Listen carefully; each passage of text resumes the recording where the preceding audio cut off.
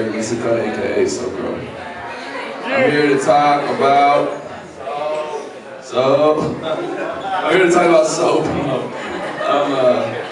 I'm a local musician, and I'm here to talk about basically my journey from childhood to where I've gotten now.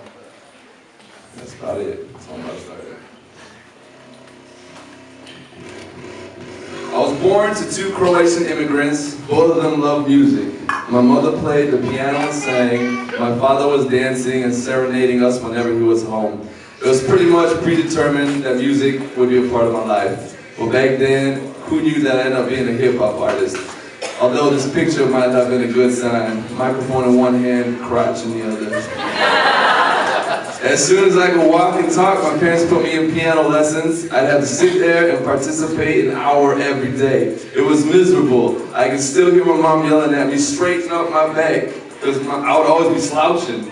But I'm glad my parents let me do it though, because those early lessons gave me the skills to produce my own music.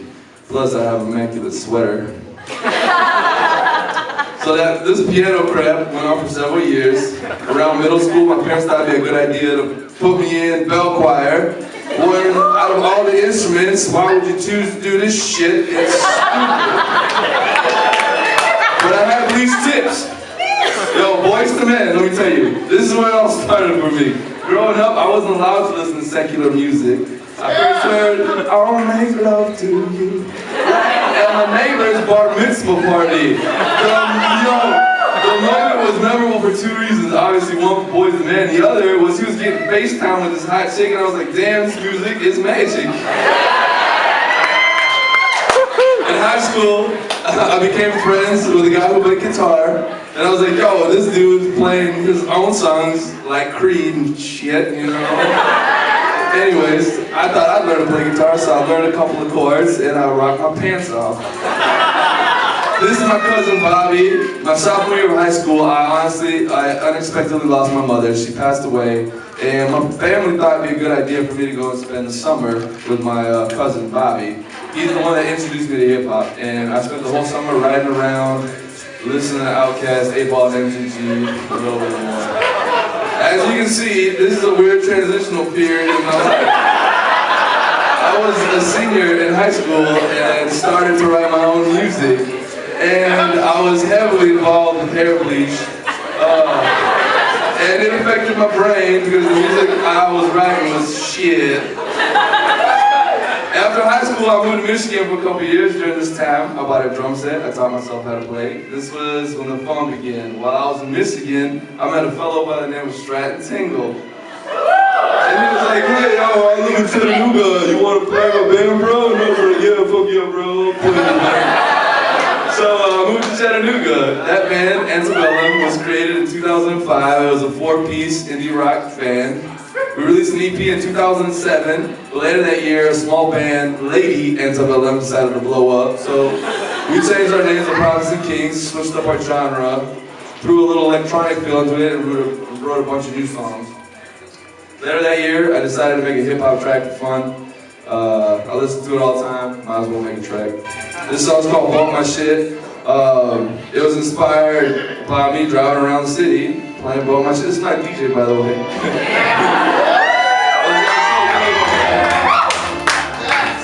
Now that I had a whole song out, I needed to get on social media, right? So, because once you're on social media, you put your song out, you get signed, and you're on fucking Billboard 200.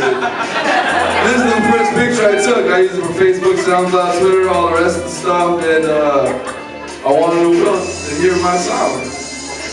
So after I wrote a couple of songs, I wanted to test out my live performance.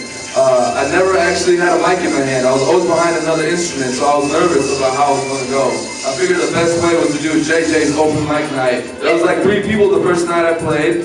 After I went up, there was 1 person, so those other 2 people didn't feel me. Regardless to say, I was persistent. After doing a few open mic nights, I decided I was ready. But since I was a nobody, nobody would let me perform around town. So I took matters in my own hands and reserved a night at Ziggy's Hotspot. Made my own show. Now things were getting serious, so I had to do a little research on the music industry and some of the best practices. I quickly realized that social media was a big part of this. So I had to take shit in my own hands, and that's where fashion diving became the solution. Word was slowly starting to spread around, and I was getting a bit of local coverage, but I didn't expect to have the Croatian national newspaper contact me. I'm Croatian, by the way, and they wanted to do an interview with me. This was huge for me, and I told my dad about it, and he was like, "What the hell are they interviewing you for? You're the putz of trying to do this rap stuff." And I was like, get off, boy. And so the next biggest moment of my career was track 29 posted on Facebook. Big Boy was coming to town. Big Boy of Outkast. He's been an idol of mine, and so I always said to myself, I'm gonna do whatever I can to open up for Big Boy. So later on, I figured out that he was doing an AMA on Reddit. If you don't know what Reddit is, you have to look it up yourself. But,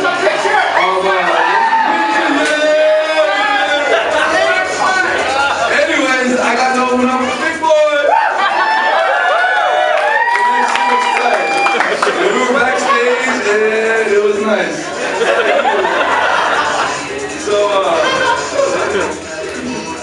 Anyway, so, oh my God, I did a Kickstarter later that year. I'm lost now in my notes. Anyways, I did a Kickstarter. I did a little research. Someone told me I should do it, so I did. It was nerve-wracking because you got to meet your goal to get that money. So I not only met my goal, I surpassed it, and that's thanks to all the support and fans I have. On July 12th of this year, I released my full-length album, Yo Trash Me Still the Class. The money from the Kickstarter went into recording the album professionally, mixing and mastering it professionally, and in physical print and production of the CD. I poured a lot of my time and energy into this album.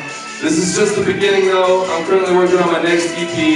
I got a lot of things in store, but I wanted to inspire, and anyone that's in the music industry knows how hard it is.